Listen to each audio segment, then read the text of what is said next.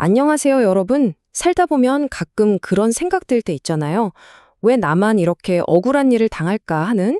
오늘 우리가 나눌 이야기는 바로 그럴 때 우리에게 정말 큰 힘이 되어줄 메시지입니다.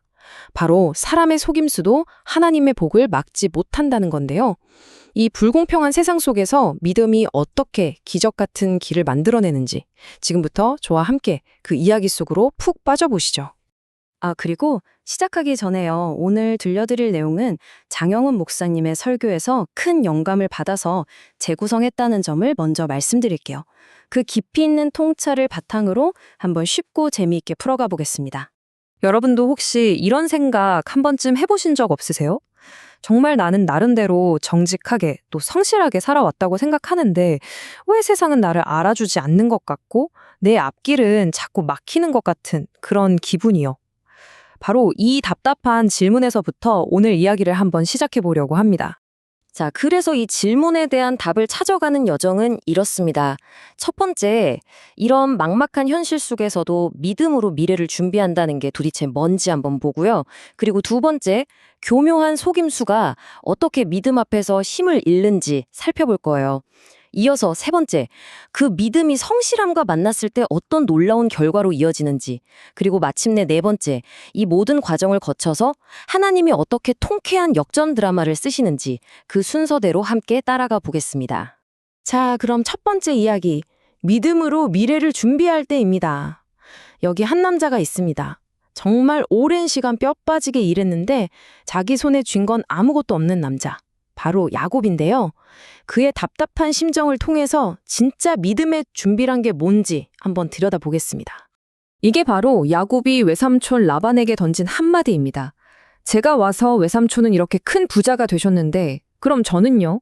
저는 언제 제 가족을 위한 집을 세울 수 있습니까? 이 짧은 질문 안에 야곱의 그동안의 서러움과 억울함, 또 막막함이 전부 담겨 있는 거죠. 그런데 여기서 야곱이 자기 집을 세우고 싶다고 한 게 단순히 돈 욕심, 재산 욕심이었을까요? 아니었습니다.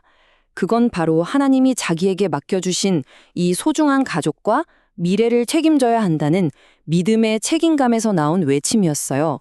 뭐랄까, 현실을 그냥 외면하는 게 아니라 하나님 앞에서 내 삶의 방향을 다시 바로 세우려는 그런 간절한 몸부림이었던 거죠. 자, 그럼 다음 이야기로 넘어가 볼까요?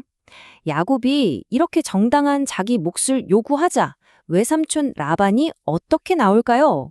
여기서부터 갈등이 아주 그냥 제대로 폭발합니다. 야곱이 아주 공정하고 정말 투명한 방법을 제안합니다.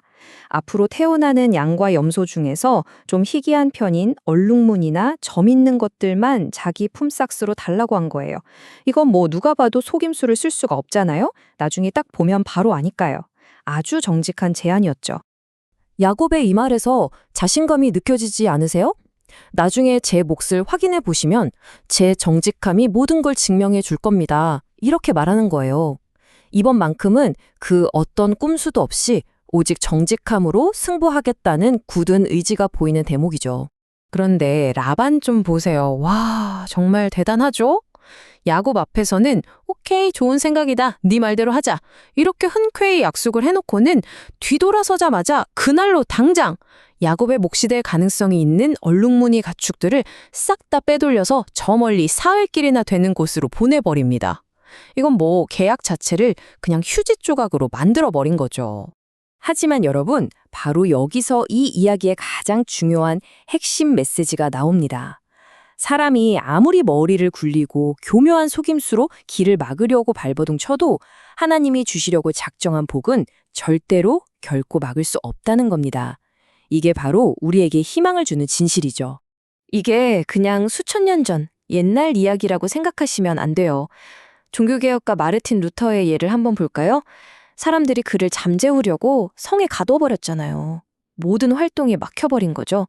그런데 하나님은 바로 그 막힌 시간, 그 고립된 공간을 사용하셔서 그가 성경을 번역하게 하셨고 결과적으로는 복음이 훨씬 더 넓게 퍼져나가는 놀라운 길을 여셨습니다. 막힘이 오히려 새로운 기회가 된 거예요. 자, 그럼 다시 야곱에게로 돌아와서요. 이렇게 노골적인 사기를 당한 야곱은 과연 어떻게 반응했을까요?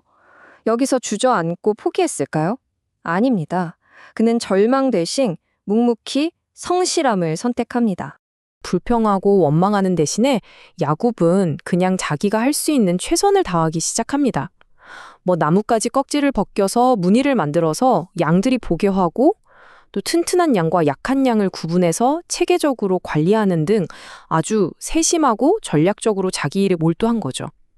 그는 자신의 자리에서 성실함이라는 씨앗을 묵묵히 심고 있었던 겁니다. 바로 이 말씀이 그 원리를 정확하게 보여주죠. 하나님의 복이라는 게 그냥 가만히 있는데 하늘에서 뚝 떨어지는 게 아니라는 거예요. 포기하지 않고 자기 자리에서 성실하게 땀 흘리는 그 부지런한 손길 위에 하나님의 능력이 더해진다는 것. 이걸 꼭 기억해야 합니다. 자, 이제 드디어 이 길고 길었던 속임수와 억울함, 그리고 성실한 노력의 시간이 지나고 마침내 통쾌한 결말의 순간이 다가옵니다. 결과는 어떻게 됐을까요? 라반이 그토록 필사적으로 막으려고 했던 바로 그 결과. 야곱은 매우 번창하게 되었습니다. 인간의 그 어떤 계략과 방해도 결국은 소용이 없었던 거죠. 누구도 부정할 수 없는 압도적인 결과였습니다.